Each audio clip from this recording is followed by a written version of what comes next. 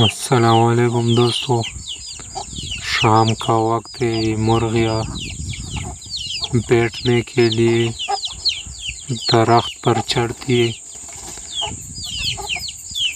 आप देख सकते हैं खूबसूरत मंजर।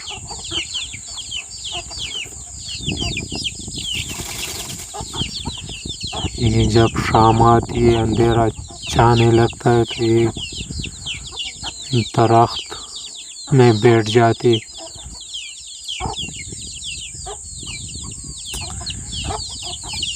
एक सबसे बड़ा asil मुर्गा है,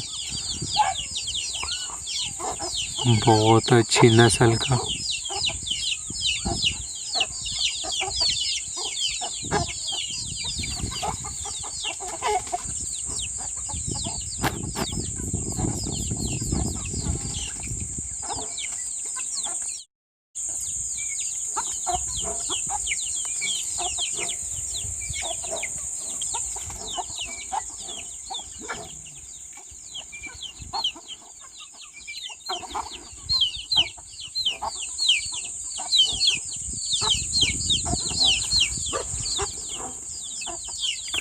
देखा जाए तो सारा दरख्त मुर्गियों से भरा है।